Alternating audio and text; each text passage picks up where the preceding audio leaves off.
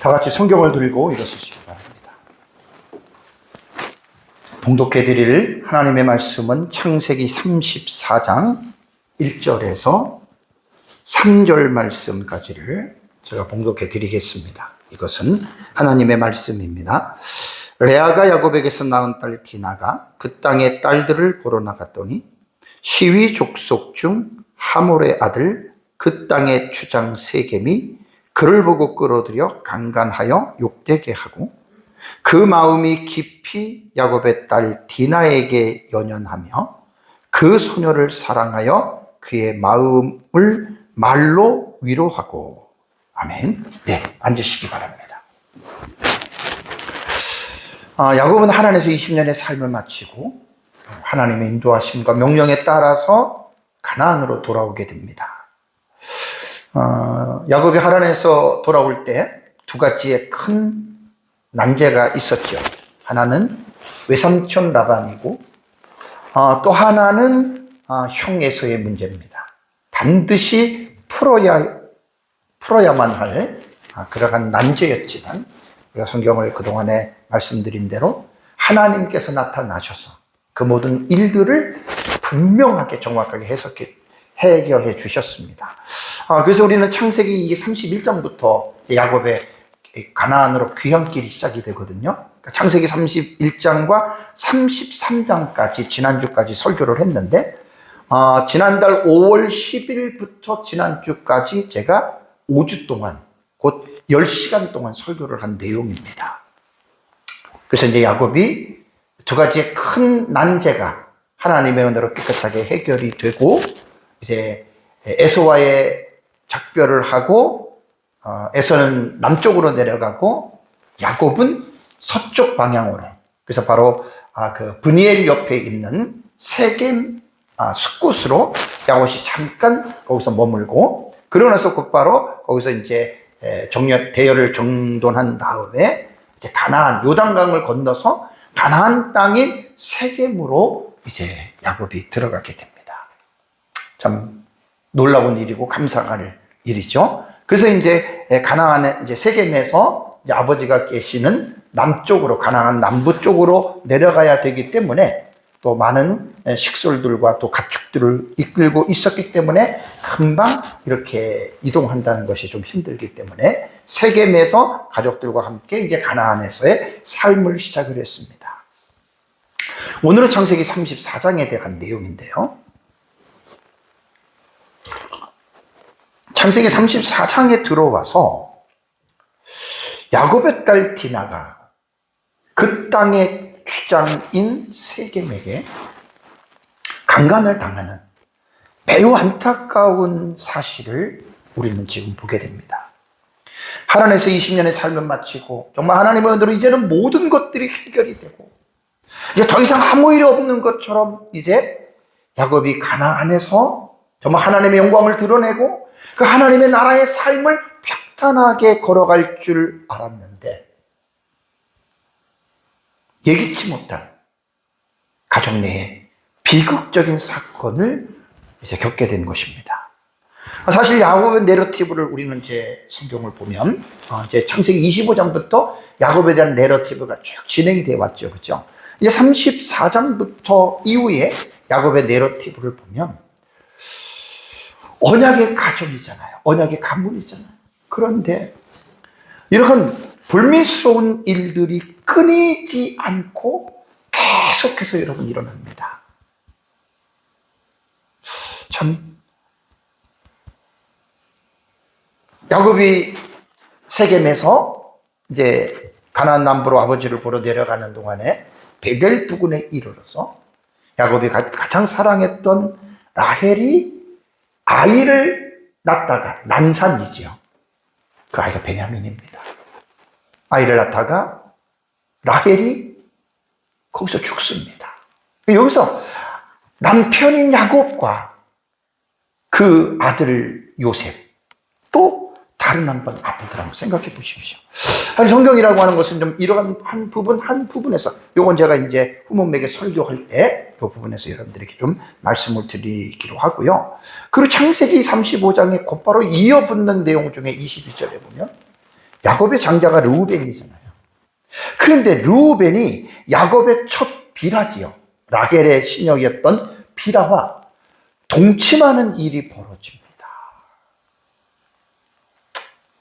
어떻게 언약의 가정에서 이런 일이 일어날 수 있을까? 우리는 그런 의아한 생각이 들죠. 그리고 야곱의 12아들들 가운데에 야곱이 아주 요셉을 편애합니다.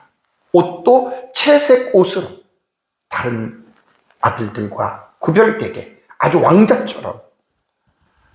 그리고 이 편애에 대한 부분은 이삭과 리브가가 에서와 야곱 쌍둥이를 낳고 이삭은 에서, 리브가는 야곱.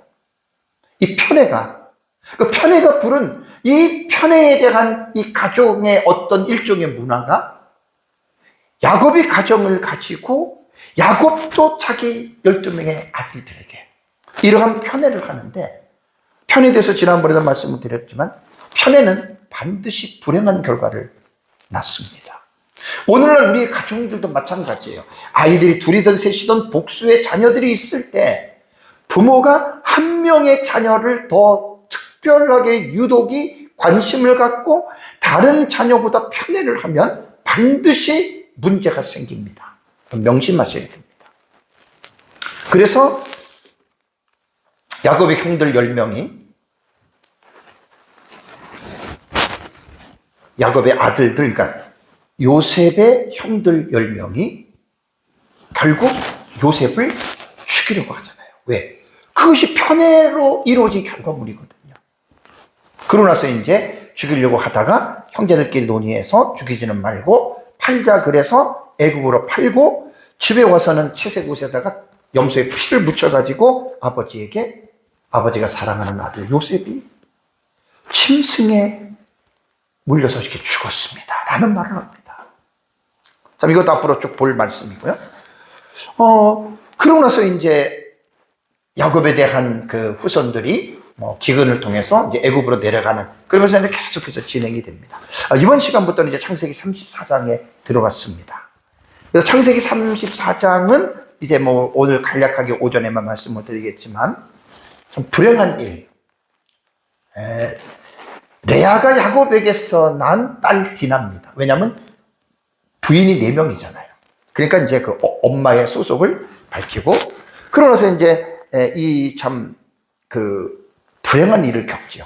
뒤에 잠깐 제가 자세하게 여러분들에게 이제 말씀을 드리는 걸로 하겠습니다. 이 사건은 이제 야곱이 가나안에 들어와서 처음 겪는 불행한 일인데, 이 사건을 통해서 이어지는 내용들을 보면 시므온과 레위가 처절한 복수극을 일으킵니다. 앞으로 이제 한 몇 주 동안 보면서 말씀을 드리는데, 그러니까 우리는 지금 이 본문을 보면서 지금 우리가 야곱의 가정은 단순한 일반 가정하고 다른 아브라함의 언약을 이어가는, 곧 하나님의 나라를 이 땅에서 회복시켜야 할, 그러면서도 여인의 후손을 낳는 그 어떤 블루드라인이라 그러죠. 혈선. 블루드라인이라 그래요. 그 집사가로 이어지는 그 피의 선이라 그러죠. 그 혈선을 이어가는 그런 가족이기 때문에 다른 가정하고는 여러분 다릅니다. 그래서 이런 하나님의 언약의 가정 안에서 일어나는 일거수일투족, 행복이나 불행이나 나는 모든 사건들이 우리는 하나님의 나라의 사상과 관점 속에서 우리는 그 사건들을 분명하게 여러분 우리는 이어나가야 됩니다. 그러니까 창세기 34장은 단순한 어떤 역사 기록이라기보다도, 디나가 불행한 일을 당했던 역사 기록이라기보다도 거룩한 공동체의 언약 가문의 정체성, 그 다음에 가족 내에서 일어나는 고통들, 그러면서 그 정의에 대한 어떤 복수, 이러한 어떤 주제들을 날카롭게 사실은 다루고 있는 본문이에요. 이런 것들은 이제 하나하나 좀 이제 기도하면서 준비하면서 제가 여러분들에게 말씀을 드리는 걸로 하고요. 창세기 34장에 들어와서 저는 이제 창세기 34장을 12개의 단락으로 나누었습니다. 구문들을 쭉 보면서 1절에서 2절, 디나가 하몰의 아들 추장 세겜에게 강간, 제가 성폭행이라고 하는 이 단어를 지금 썼거든요. 강간은 성폭행입니다. 오늘 좀 요 부분에 대해서 여러분들에게 좀 많은 사람들이 이런 것들을 쉬쉬하죠. 여러분 쉬쉬할 문제가 아닙니다. 반드시 드러내야 됩니다. 그래 이런 문제를 반드시 드러내야 고통을 당하는 사람들이 하루빨리 치유가 되고 밝은 빛으로 나오게 되고 그 불행한 사람들이 이제 그 어두움을 뚫고 나올 수 있는 그러한 여러분 계기가 될 수가 있는 거예요. 그 다음에 3절은 세겜이 디나에게 위로의 말을 합니다. 오늘 오전 예배는 여기까지만 설교를 합니다. 오후 예배로 들어가면 이제 4절에 들어가면 세겜이 아버지 하몰에게 디나를 아내로 얻을 수 있게 해달라고 간청합니다. 부모들에게 공을 넘긴 거죠. 5절을 보면은 야곱이 디나의 소식을 듣습니다.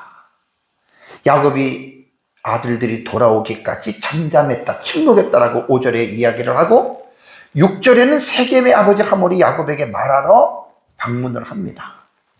그리고 야곱의 아들들이 들에서 이 소식을 듣고 근심하며 심히 노하면서 7절에 대한 이 부분을 제가 오후 예배 때에 여기까지 설교를 하고 그러면서 이제 8절부터 12절에 나오는 내용은 세겜이 야곱과 그의 아들들에게 디나를 아내로 주고 서로 통혼하면서 우리가 여기서 함께 살기를 제안합니다. 이게 8절에서 12절이고요. 그리고 야곱의 아들들이 하몰과 세겜을 속이고 할례를 조건으로 그럼 너희가 할례를 받으면 우리가 살겠다. 이게 13절에서 19절에 나옵니다. 그리고 이제 20절에서 23절 내용은 하몰과 그의 아들 세겜이 성읍 사람들에게 야곱의 아들들의 그 제안을 받아들이고 할례를 받게 합니다. 끔찍한 사건이 일어나는 복선입니다. 이게 복선. 그리고 이제 24절과 29절을 보면 세겜성에 사는 남자들이 할례를 받죠. 가장 힘든 3일의 시므온과 레위가 계획적이죠. 칼을 가지고 살육합니다. 끔찍한 일이 지금 벌어지는. 그리고 이제 30절을 보면 야곱이 시므온과 레위를 꾸짖고 31절은 시므온과 레위가 야곱에게 자신들의 행위를 정당하게 담대하게 말을 합니다. 자, 요게 34장에 나타나는 여러분 내용입니다. 자, 그럼 1절부터 제가 주해를 하겠습니다. 자, 레아가 야곱에게서 낳은 딸 디나가 그 족보를 말하잖아요. 12명의 아들이 엄마가 넷이란 말이에요. 그러니까 그걸 정리를 해야 될 거 아니에요. 그래서 레아를 얘기를 했고 딸을 얘기를 했고 그런데 여기에 보면은 뭔 말이 나오냐면 그 땅의 딸들 궁금하잖아요. 호기심이죠. 보러 나갔더니 라는 말이 이제 나옵니다. 여기 보면 이제 보기 위하여 이게 이제 보면은 부정사 이게 연계형이에요. 여러분들 몰라도 되지만 중요한 거는 뭐냐면 이제 목적을 나타내는 거거든요. 그러면 여기서 이제 우리가 1절에는 히브리 원문을 보면은 어떤 내용이 나오냐면 나갔다라는 동사가 먼저 나와요. 나갔다라고 하는 동사가. 나갔다라고 하는 동사가 나오는데 여기에서 이 나갔다라고 하는 이 말은 놀랍게도 다른 부분에 있는 그러한 내용들과 이제 뒤에 있는 내용은 나중에 제가 말씀을 드리겠지만 이제 연결이 됩니다. 이제 하몰이 이제 세겜의 아버지 하몰이 야곱에게 나갔다라고 하는 말이 이제 그 4절에 나오거든요. 4절에 그 단어와 똑같은 단어예요. 그러니까 이제 여기에서 이제 우리가 본문을 보면은 이제 레아가 야곱에서 낳은 딸이라고 하는 이 밝히는 것은 디나에 대한 이 부분에서 이제 시므온과 레위가 있잖아요, 그죠? 그 레아가 4명의 아들을 먼저 낳고요. 그러고 나서 이제 또 나중에 그 실바를 통해서 또 2명의 아들을 낳으니까 레아가 6명을 낳았으니까 어쨌든 이 6명은 12명의 아들들 중에서 아주 가까운 그룹으로 봐야 돼요. 그러니까 어쨌든 4명은 한 엄마 쪽이고 그 다음에 또 2명을 낳고 그 다음에 또 레아가 또 2명을 낳죠. 그죠? 그러니까 몇 명이 됩니까? 8명이 되는 거예요. 8명. 그래서 여기서 이제 그 레아가 낳았다라고 하는 레아를 강조하는 것을 보면 그 뒤에 나오는 시므온과 레위가 나오잖아요. 그죠? 그러니까 르우벤이 첫째 아들이고 그 다음에 시므온과 그 다음에 레위와 유다가 이제 레아가 낳은 첫 번째 낳은 4명의 아들이 됩니다. 그럼 여기서 왜 지금 저자는 왜 저자는 여기에서 레아를 강조를 했냐면 뒤에 나오는 시므온과 레위가 결국은 복수의 그 칼을 들 때 이게 이제 어떤 하나의 한 엄마 밑에서 나온 그러한 아들들을 강조하기 위해서 레아를 밝혔다라고 여러분 우리가 생각을 하면 됩니다. 우리가 이제 창세기적으로 설교를 하면서 요거를 이제 뭐라고 이야기를 하냐면 복선이라고 얘기를 하거든요. 복선. 복선이라고 하는 이 말은 문학의 관점에서는 소설과 희곡 따위에서 앞으로 일어날 사건인데 미리 넌지시 그것을 깔아놓는다 그러죠.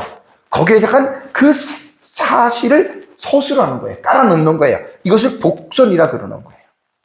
그래서 이제 요거는 이제 지난주에도 말씀드린 대로 33장 19절에 세겜이 등장하잖아요. 그러니까 하몰의 아들들에게서 야곱이 베크시타를 주고서 밭을 샀는데 그 하몰 앞에 뭘 수식하냐면 세겜의 아버지 그러잖아요. 제가 지난주 말씀을 드렸어요. 왜? 세겜이 34장에 일어나서 디나를 강간하는 주인공으로 나오거든요. 이게 다 성경을 우리가 자세하게 보면은 이렇게 복선을 깔아놓는 서사에 대한 진행들이 상당히 많이 있습니다. 그래서 이제 왜 디나가 나갔느냐? 우리말에도 보면 이제 보러 나갔더니라고 하는 말씀 속에서 충분히 이제 목적에 대한 의미를 알 수가 있어요. 아, 보려고 나갔구나. 정확하게 말을 한다면 여기에서 보기 위하여 보러 나갔다. 보기 위하여 나갔다. 정확하게 번역을 한다면 이렇게 표현하는 것이 옳습니다. 이것이 부정사 연계형의 해석이라고 하는 말입니다. 그 땅의 딸들은 가나안에 사는 여인들이죠. 얼마나 호기심이 많겠습니까? 하란에 있다가 가나안 땅을 들어왔고, 가나안 땅에서 대부분 사람들이 호기심이 사람마다 그 취향에 따라서 좀 다르잖아요. 그죠? 그러니까 결국 이게 뭐냐면 디나가 호기심 때문에 결국 혼자 나갔단 말이에요. 보호자 없이. 이런 것들은 정말 우리가 배워야 됩니다. 어떻게 보면 문제의 원인은 여기에서 시작이 됐다고 보시면 돼요.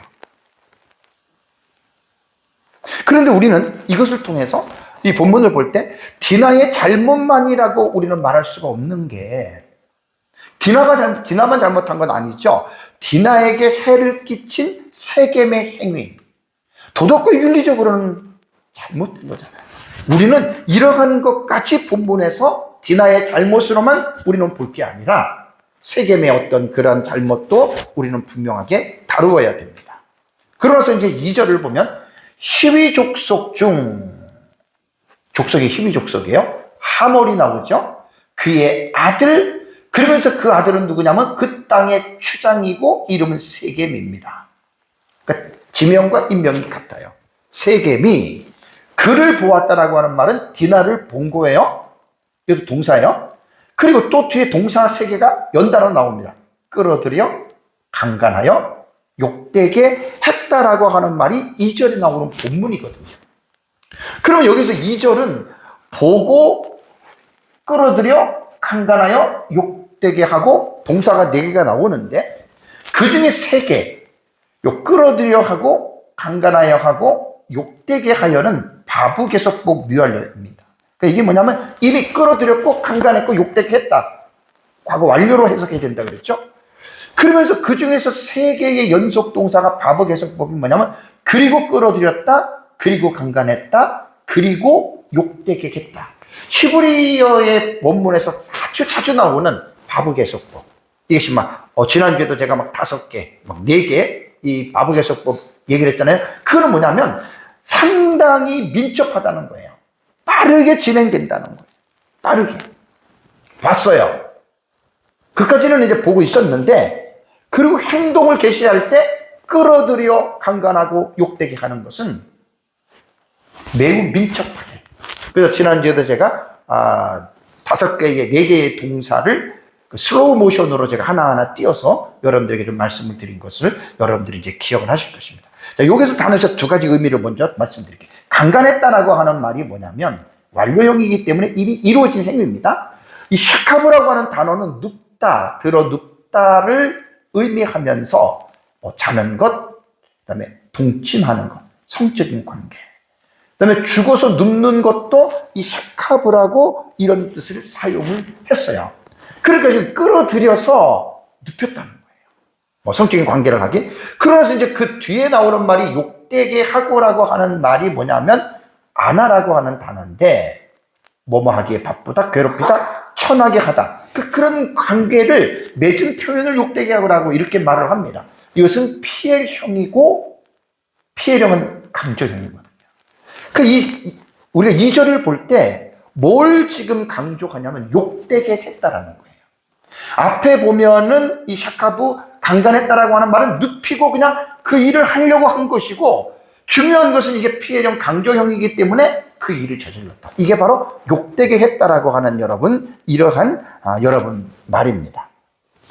그래서 이제 피해령은 강조를 말을 하면서 억지로 시키다. 혹은 강제로 복종시키다. 이게 이제 그 단어가 아나라고 하는 말이 이제 그런 뜻이에요. 그런 뜻. 벌하다, 고통을 가하다. 여러분, 이것을 제가 여러분들에게 오늘 뭘 강조하냐면 폭행입니다, 여러분. 폭행이에요. 뒤에 제가 자세하게 말씀을 드리겠지만, 힘센 자가 약한 자에게 동의를 구하지 아니하고 힘으로 폭행하는 겁니다.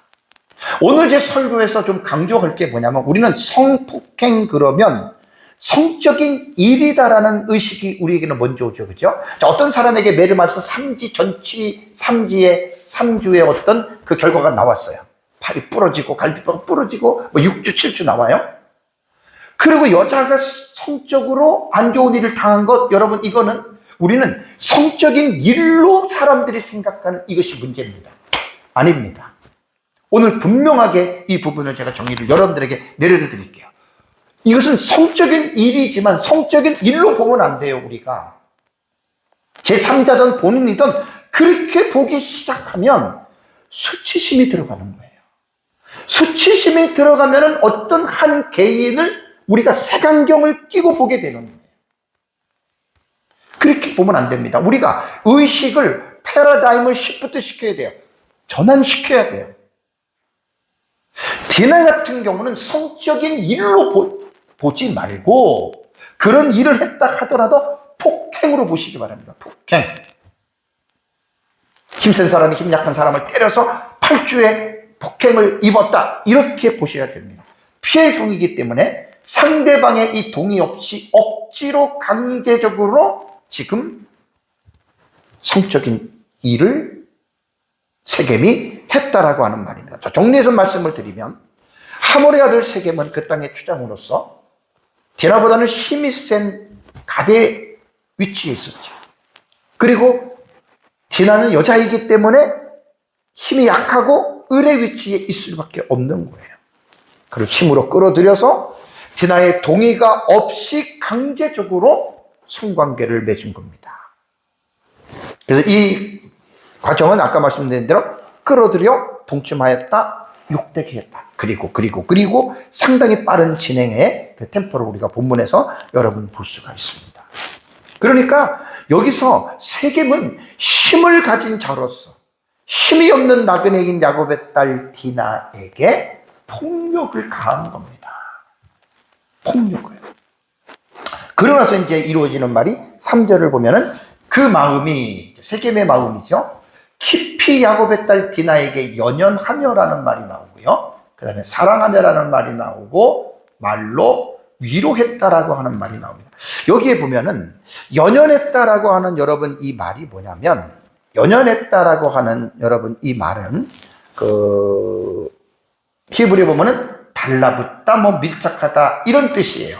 그러니까 우리말로 그냥 간단하게 설명을 하면 애틋하게 그냥 그립다는 거예요. 폭행하고 나서 그 디나를 보면서 애틋하게 보고 사랑하는 마음이 생겼다. 그러니까 그 일을 하고 나서 이제 이런 그 감정이 그에게 일어났다는 거예요. 여러분 어떻게 생각하십니까? 객관적으로 볼 때 상대의 감정은 무시한 거잖아요. 그죠? 디나가 그 폭행을 당할 때에 겪는 그 두려움과 고통은 아예 생각하지도 않고 자기의 감정에만 충실했던 거예요. 그 자기 감정만을 표현한 거죠. 이기적인 사람입니다. 사람의 그 인간의 삶이라고 하는 말은 일방적인 사람하고는 만나도 별로 좋지 않아요. 특히 부부관계에서, 가정 안에서 일방적인 어떤 이러한 것들은 상대방이 상당히 여러분 고통을 받습니다. 이건 완전히 이기적인 거잖아요. 그러면서 이제 디나에게 위로의 말을 한 거예요. 여기서 보면은 이제 그의 말을 말로 위로하고 이제 그런 말이 나오잖아요.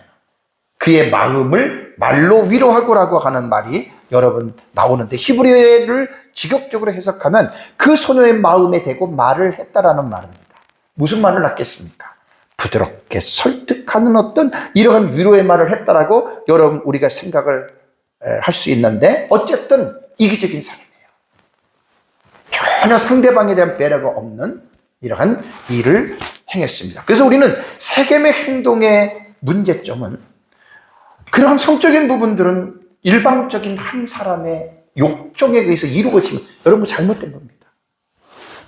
상대방의 동의를 구하고 상대방이 원했을 때에 그런 관계를 맺어야 되는데, 상대방의 동의가 없이 자신의 일방적인 입장에서 그 일을 했다면 우리는 그 사실을 어떻게 보느냐?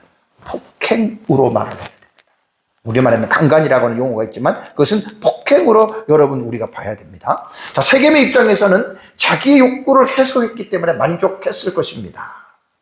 그러나 피해자는 말할 수 없는 고통과 수치심을 느끼게 된 거예요.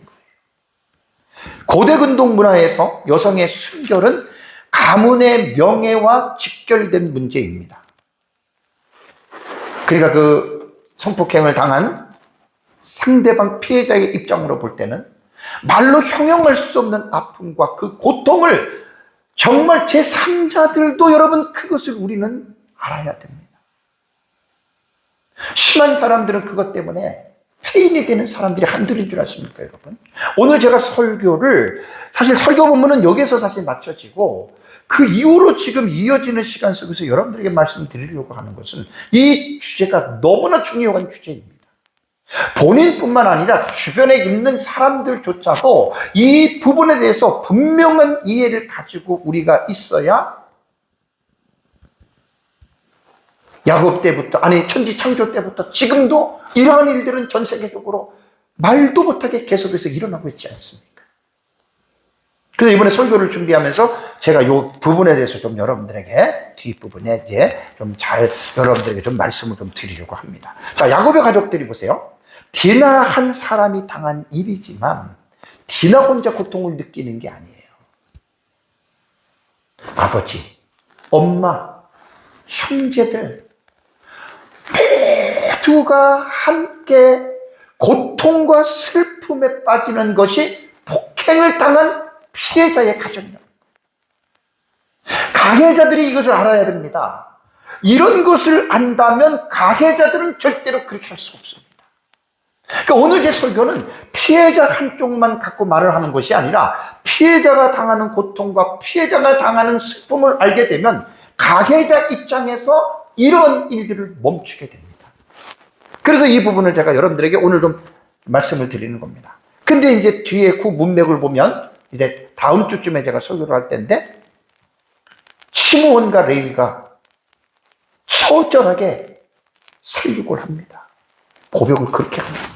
이 부분에도 이제 제가 이제 다음 주에 설교할 때 좀 이 부분에 여러분들에게 좀 말씀을 드릴 수가 있습니다. 자, 오늘 설교는 제가 말씀을 여기까지 해석은 했지만, 그렇다면 우리는 여기서 한 가지 의문이 생깁니다.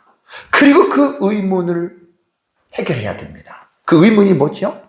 창세기 31장부터 33장까지 제가 10시간 동안 계속해서 우리가 그 본문에서 배운 내용이 뭐지요? 하나님은 아브라함의 언약 때문에 야곱에게도 그 모든 어떤 위기들을 극복하게 하셨고 하나님이 그 모든 것들을 해결해 주셨는데, 가나안에 들어와서 왜 언약의 가정에 그것도 야곱이 사랑하는 딸 디나가 왜 이런 일을 당했을까?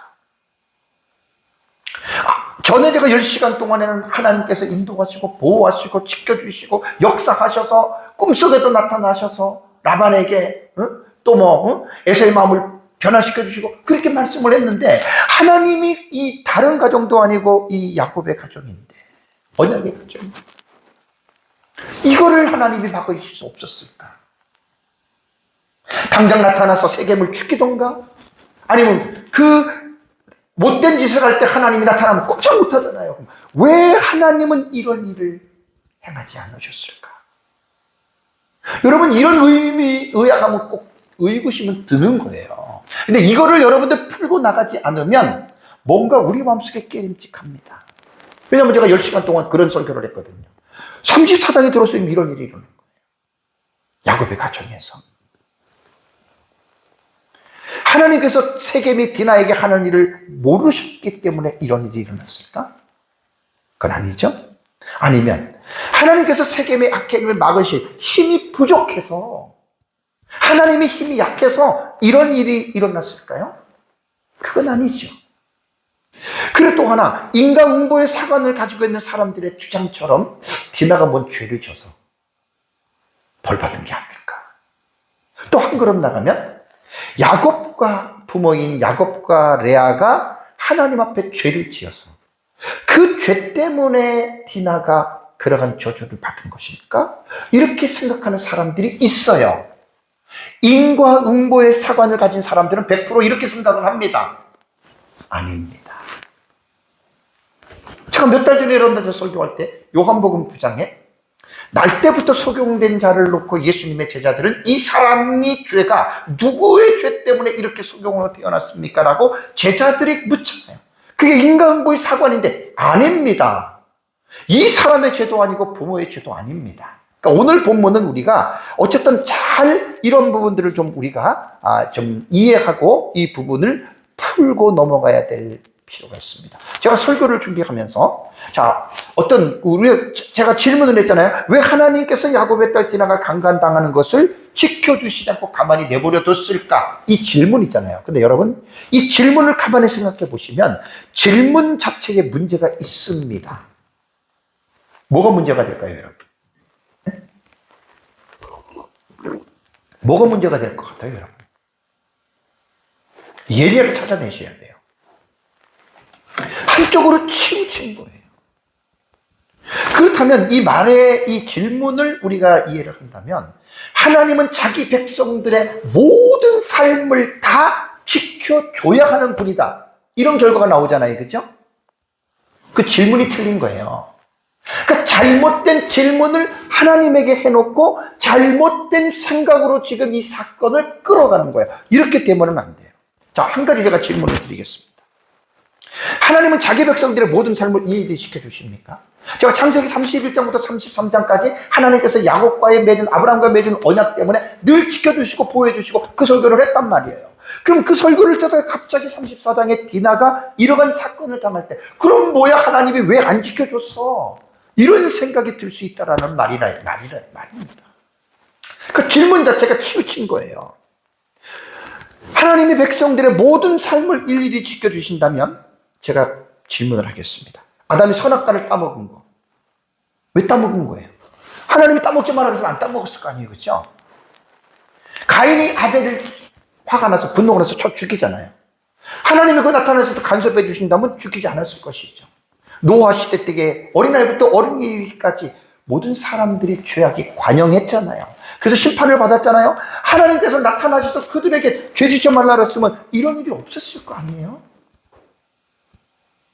노아가 방주에서 나와서 포도주를 마시고 장막 안에서 벌거벗고 누워서 그 모습을 본 함이 저주를 받잖아요. 그러면 하나님이 노아에게 야, 술 먹고 취하면 안 돼, 그렇게 했으면 안 그랬을 거 아니에요. 믿음의 조상 아브라함이 애굽에 내려갔을 때 아내 사례를 누이라고 거짓말 시켰잖아요. 하나님이 나타나서 야, 내가 지켜줄 텐데 거짓말하지 마, 이랬으면 전혀 그 문제가 일어나지 않았을 것 아닙니까? 우리에게 한번 돌아볼까요? 저도 그렇고 여러분들도 그렇고 설교를 듣는 여러분들이 지금까지 구원받고 살면서 여러분들에게 요만큼 불미스러운 일들이 일어나지 않았나요? 가정 내에 여러 가지 안타깝고 아픈 일들을 우리는 겪으면서 살아가잖아요. 우리 안에 우리가 살면서 그런 일을 겪을 때 우리도 처음에는 그렇게 하나님께 질문했어요. 저도 하나님 왜 내가 뭔 죄를 졌길래, 아무리 생각보다 죄가 생각이 안 나요. 이런 걸 어떻게 여러분 해결하시겠나요? 그러니까 성경을 볼 때 이러한 어떤 논점을 여러분들이 풀지 않고 그냥 넘어가면 의구심이 생기고 믿음에 문제가 생길 수가 있습니다. 그러니까 우리가 하나님 앞에 나갈 때 한쪽으로 치우친, 이건 자기가 잘못 생각하는 거예요. 내가 잘못된 어떤 정의와 잘못된 어떤 주제를 정해놓고 그리고 하나님에게 따지거든요. 질문 자체에 문제가 있는 거예요. 우리가 먼저 기억해야 될 것은 뭐냐면, 하나님께서 사람을 창조하신 목적이 뭐냐, 이것을 먼저 이해를 해야 돼요. 그리고 하나님께서 창조하신 하나님의 그 사람들을 어떻게 하나님께서 이끌어 가시느냐, 그거를 여러분들이 이해하게 되면 이렇게 편협적인 질문을 하나님에게 아예 안 합니다. 이거는 제가 창세기 설교하면서 몇 번 말씀드렸습니다. 하나님이 사람을 창조할 때 자유의지를 주셨다 그랬죠. 쉽게 말하면 로봇은 뭐지요? 로봇은 자유의지가 없어요.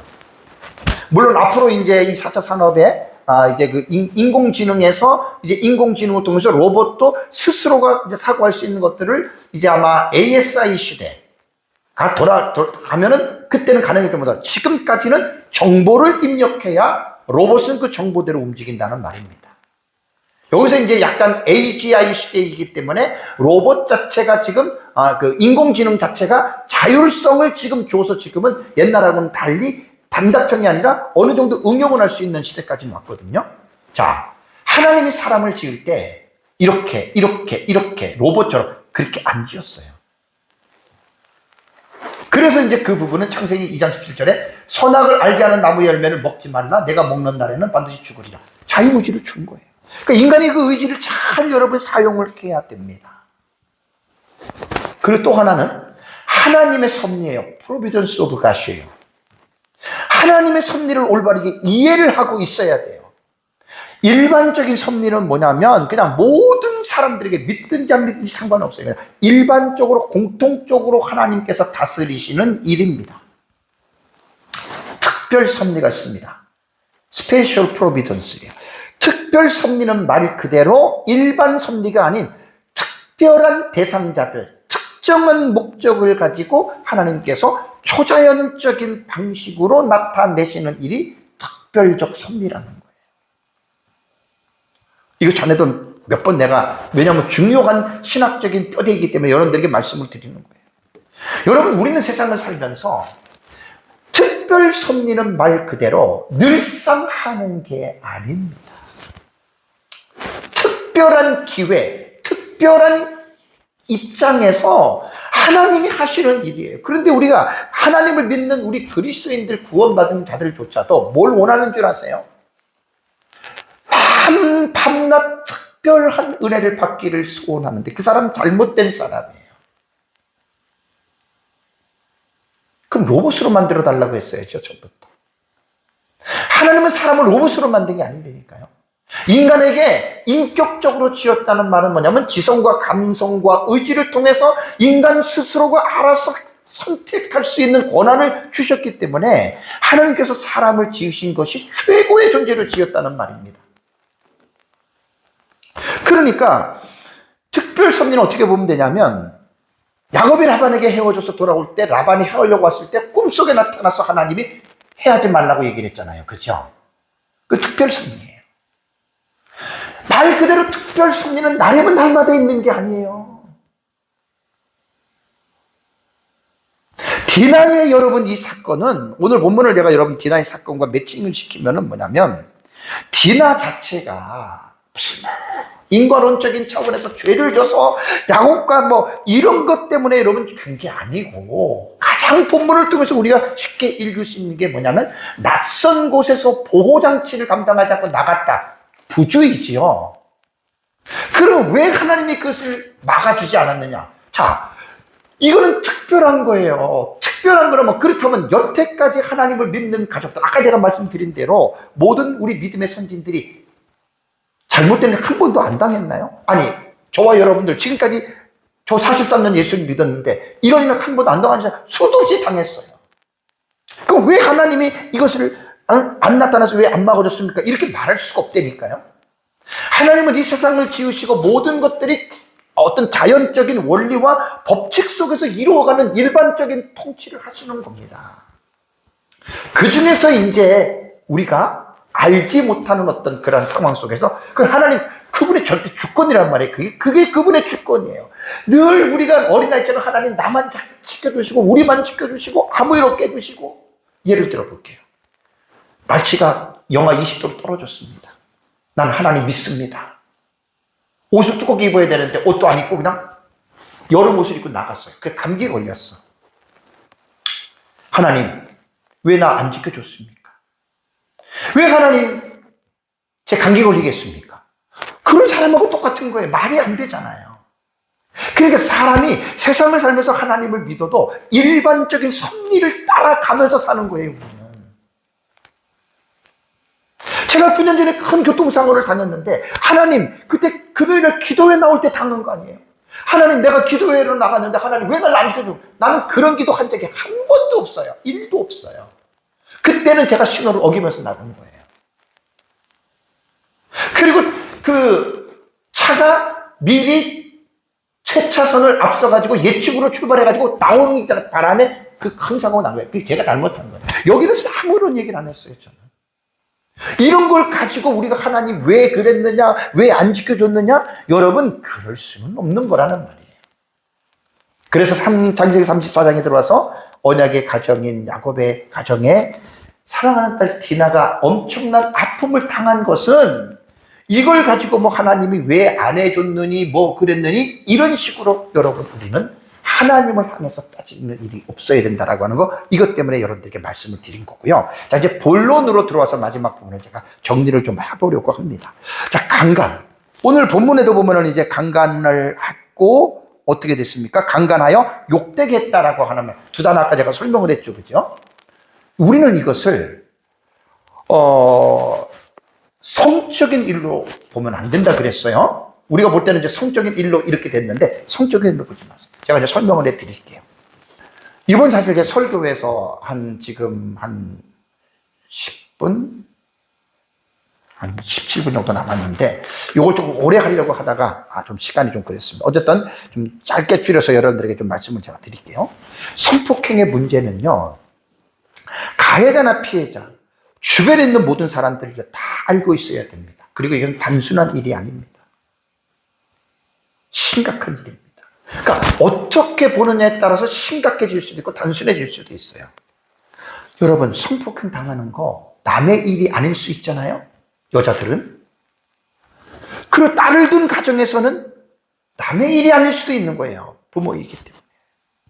그리고 내 친구도 될 수도 있고 내 지인도 될 수가 있는 일입니다. 넓히면. 그리고 제가 이 부분을 이렇게 터치하는 이유는 뭐냐면, 특별히 기독교인 입장에서 우리는 이 사건을, 성폭력을 어떻게 우리는 이해를 하고 어떻게 우리는 이 부분을 봐야 되느냐, 대단히 지금 중요한 일입니다. 자, 폭행에 대한 일반적인 사람들의 인식은 아까도 잠깐 말씀드렸지만, 누구에게 맞았어, 팔이 부러지고 막 뼈가 막 깨지고 막 이렇게 됐어. 그럼 사람들이 수치스럽게 봅니까, 여러분? 여러분, 우리 어떻게 봐요? 동정심으로 보잖아요, 그렇죠? 그 폭행한 사람들 나쁘다 이렇게 보잖아요, 그렇죠? 성폭행을 당했어. 자, 강간을 당했어요. 어떻게 보지요? 많은 사람들이 성적인 일로 봐. 부끄럽고 수치스럽게 봐. 여러분, 이거 고쳐야 됩니다. 본인도 피해자도 그렇고 주변 사람들도, 여러분 이거 고쳐야 돼요. 왜 우리나라에서 이게 맞냐면, 우리나라는 사실 유교 사상의 지배를 떨쳐버리지 못한 나라가 대한민국이에요. 유교의 본 고장인 중국은 이미 모택동의 문화혁명 일어날 때 이미 다 잔디를 씻어버렸어요. 중국은. 일본도 메이지 유신 때에 그 유교 사상을 다 벗어버렸어요. 근데 안타깝게도 대한민국이라고 하는 나라는 아직도 유교 사상의 잔재가 뿌리 박혀 있기 때문에 유교 사상 때문에 얼마나 많은 사람들이 고통을 당하는 줄 아십니까? 정치, 경제, 문화 모든 것들 속에서. 공자가 죽으면 나라가 산다 책을 제가 한 17년 아마 15년 그때 읽고 얼마나 제가 은혜를 받을지 몰라요. 안 읽은 사람들은 그런 책들을 좀 읽어보세요. 왜 대한민국은 유교 사상을 붙잡고 있냔 말이에요. 이거 정말 아이러니한 일입니다. 유교 사상에서 잘못된 게 많습니다. 남존여비, 남아 선호 사상, 그 버려야 되는 거예요. 그런 사상이 있으니까 여자가 성폭행을 당했다 그러면 수치스럽게, 부끄럽게 보는 거예요. 여러분 왜 그게 부끄럽습니까? 힘이 없어서 폭행을 당한 건데 왜 그거를 주변 사람들이 부끄럽게 보냔 말이에요. 왜 수치스럽게 보냐는 말이에요. 이게 유교 사상 때문에 그렇게 된 거예요. 우리가 성폭행을 당한 피해자를 볼 때 곱지 않는 시선으로 보면 절대로 안 됩니다. 폭행당한 겁니다. 일반적으로 팔이 부러지고 갈비뼈가 부러지고 이렇게 우리는 그들을 보고 긍휼과 동정심으로 봐야 됩니다. 당연히 피해자들은 부끄러운 거 수치심에서 이걸 지금 벗어버려야 돼요. 왜 그러냐면 많은 글들을 제가 봤지만 실제 사례를 보면 이 성폭행을 당하고 나서 후유증으로 삶이 피폐해진 사람들이 한둘이 아닙니다. 거의 다 우울증, 거의 다 겪어요. 수년 동안. 공황장애, 대인 기피, 아예 사람을 안 만나요. 심지어는 자살하는 사람들도 있지 않습니까, 여러분? 우리 뉴스에서 봤잖아요. 네? 자살하는 사람들. 이게 얼마나 큰 불행입니까? 저는 여자가 아니기 때문에 모르지만 혹시 여자분들이 성폭행을 당했다고 그것이 자기의 목숨을 버릴 만큼 큰 문제입니까? 의식을 고쳐야 돼요. 의식을 고쳐야 돼요. 그래서 제가 오늘 3명의 매스컴에 이미 나왔고 책에 나오고 유명한 사람들에 대해서 이 부분을 제가 좀 변호를 하려고 합니다. 변호를. 성폭행의 피해를 당한 사실 안 드러난 것이 그렇게 많다 그래요. 안 드러난 것이. 드러난 것보다 안 드러난 것이 엄청나게 많답니다. 성폭행의 피해는. 근데 그 가운데에 고통을 겪으면서 이겨낸 사람들이 종종 있어요. 근데 그 사람들을 3사람을 내가 좀 픽업을 해서 초이스를 해서 여러분들에게 말씀드려요. 첫 번째는 김영서 자매입니다. 눈물도 빛을 만나면 반짝인다. 세바시 1181회차 17분 정도, 5분 정도 내가 봤습니다. 그리고 연관된 자료를 살펴봤습니다. 기가 막힌 게 뭐냐면 이 자매가 초등학교 5학년부터 대학교 1학년까지 9년 동안에 친부로부터 가정폭력과 성폭력을 당했어요. 친아버지예요. 더 놀라운 게 뭐냐면 아버지가 뭐 하는 사람이냐? 교회 목사였습니다. 작은 교회 목사였습니다. 교회 가면 성도들이 몇십 명 있고 존경받는 그런 목사였단 말이에요. 유튜브에 들어가시면 기독교 방송부터 일반 뭐까지 해서 수백 개 이상의 영상들이 있습니다. 그 중에 한두 개 정도는 보시면 많은 도움이 될 겁니다. N번방 아시죠? 옛날에 그 조은가 주 누구 해가지고 이게 지금 얼마나 심각한 문제인지 여러분들은 다 아실 겁니다. 6년 전에 그 방송이 됐고요. 제가 이게 2016년 6월 2일 날 제가 설교 준비할 때 보면 132만 명이 시청을 했습니다. 영상에는 나의 아픔을, 어려움을 말할 수 있고 나눌 수 있고 그걸 통해서 고쳐나갈 수 있다면 안전하게 되지 않을까요? 선도적인 차원에서 나가서 이제 영상을 만들어 수백 개가 넘는다니까요. 그러면서 성폭력은 성적인 일이 아니라 폭력에 대한 문제이다. 저도 이번에 좀 새롭게 제 생각을 좀 정리를 했습니다. 댓글이 1553개입니다. 최소한 100개 정도는 내가 봤어요. 100개 정도는 보면서 거기에서 이제 몇 가지를 말씀을 드릴게요. 닉네임은 제가 말 안 하고. 몇 년 전에 책을 읽으며 얼마나 울었는지 모릅니다. 저도 성폭력 피해자인데 가해자는 아무 처벌도 받지 않았어요. 강연 감사합니다. 진심으로 감사합니다. 익명이에요. 그리고 또 한 사람은 3년 전에 댓글인데 강연 잘 들었습니다. 사실 저도 어린 시절 친오빠의 성폭력이 있었는데요. 누구에게도 말 못하고 너무 힘든 시간이었어요. 그러면서 아픔이 있는 사람들에게 희망이 되어주시는 것 같았습니다. 저도 잘 극복해 볼게요. 얼마나 많은지 몰라요. 이 영상을 안 보신 분들은 꼭 한번 보면은 아마 많은 도움이 좀 될 겁니다. 그 다음에 또 하나, 좀 댓글이 긴데 제가 간략하게 말씀드릴게요. 8년 전에 자기 동생네 집에 가서 잠을 잤어요. 그 동생은 마침 나가 있었어요. 반지하인데 창살을 뜯고 웬 남자가 들어와서 성폭행을 한 거예요. 근데 이 언니는 뭐라고 얘기를 하냐면, 만약에 동생이었다면 아마 동생은 저보다 겁이 많아가지고 소리 지르고 난리쳐서 죽을지도 모른다. 오히려 내가 당한 게 다행이다. 이렇게 댓글을 올렸습니다. 그런데 이 언니는 이 사건, 이 일을 당하고 나서 자살 시도도 몇 번 했고 여러 번 정신병원을 입원했다고 합니다. 우울증 약도 5년간 복용하고 식물 인간이 될 뻔했는데 기적적으로 상담사를 통해서 살아났다는 거예요.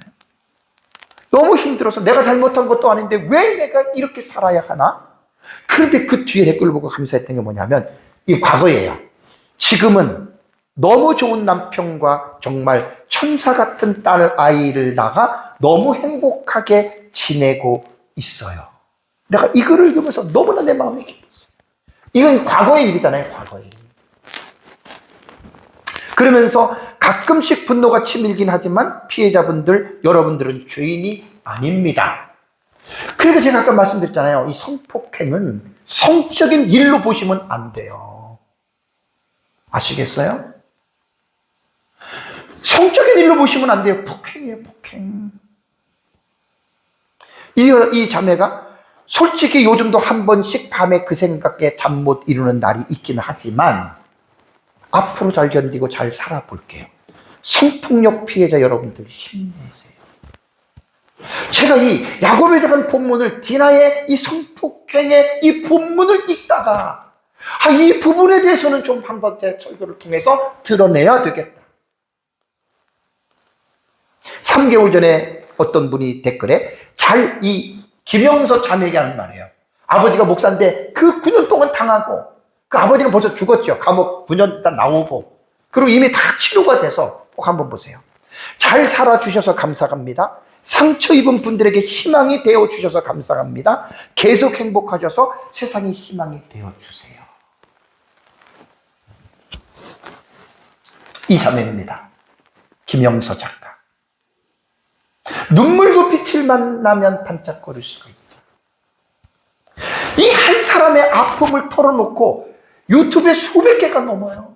KBS에서도 아침마당에도 나갔고 세바시에도 나갔고 기독교 방송국 웬만한 데 다 나갔고 얼마나 많이 나간지 몰라요. 이건 다니엘 기도회에 나가서 간증을 한 거예요. 여러분, 제가 말씀드렸잖아요. 성폭행은 성적인 일로 보지 마세요. 간통하고 그거와 달라요. 폭행을 당한 거예요. 그러고 나가서 이렇게 자기를 말을 할 때 이게 양쪽에 다 모두에게 교훈이 됩니다. 아까 그 자매처럼 정신병원에도 입원하고 자살하려고 그러고 우울증 먹고 그러다가 이런 사람들의 그것도 대상이 치닫다야. 9년 동안이에요. 초등학교 5학년 때부터. 이게 나비 효과예요. 나비 효과. 제가 설교에서 왜 오늘 이 본문에서 이걸 얘기를 하냐면 나비 효과예요. 나비 효과. 지금도 음지에서 정말 성적인 일로 생각해가지고 고통을 당하는 사람들이 너무나 많고 또 잘못된 색안경을 끼고 성폭행 당한 사람을 성적인 일로 보는 사람들조차도 고쳐야 됩니다.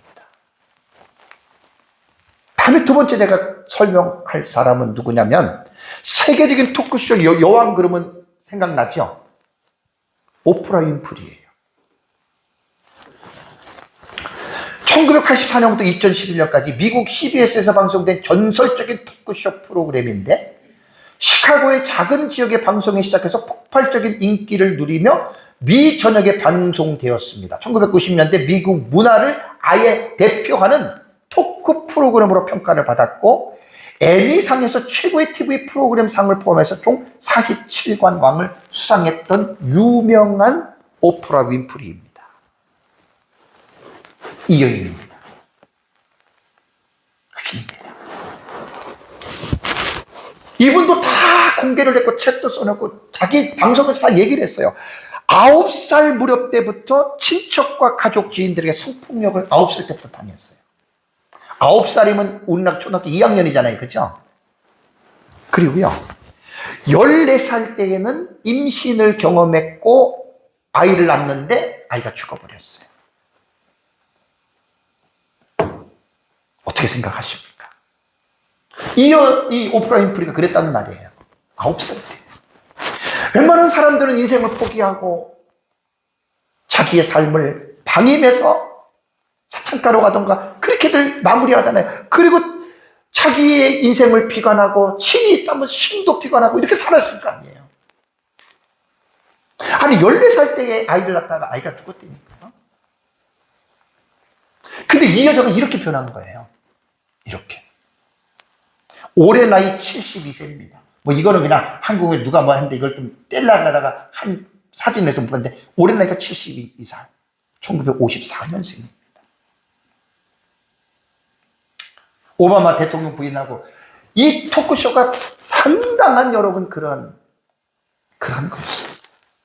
그런데 이분의 자료를 정리한 자료를 보니까 오프라 윈프리가 어떻게 그 아픔을 이겨냈느냐, 책을 많이 읽었대요. 책을 어릴 때부터 책 읽는 거를 좋아해서 책을 많이 읽었대요.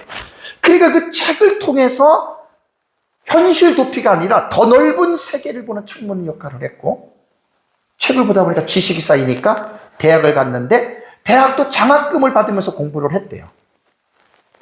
그리고 오프라 윈프리의 특징이 뭐냐면 자신의 이야기를 숨기지 않았답니다.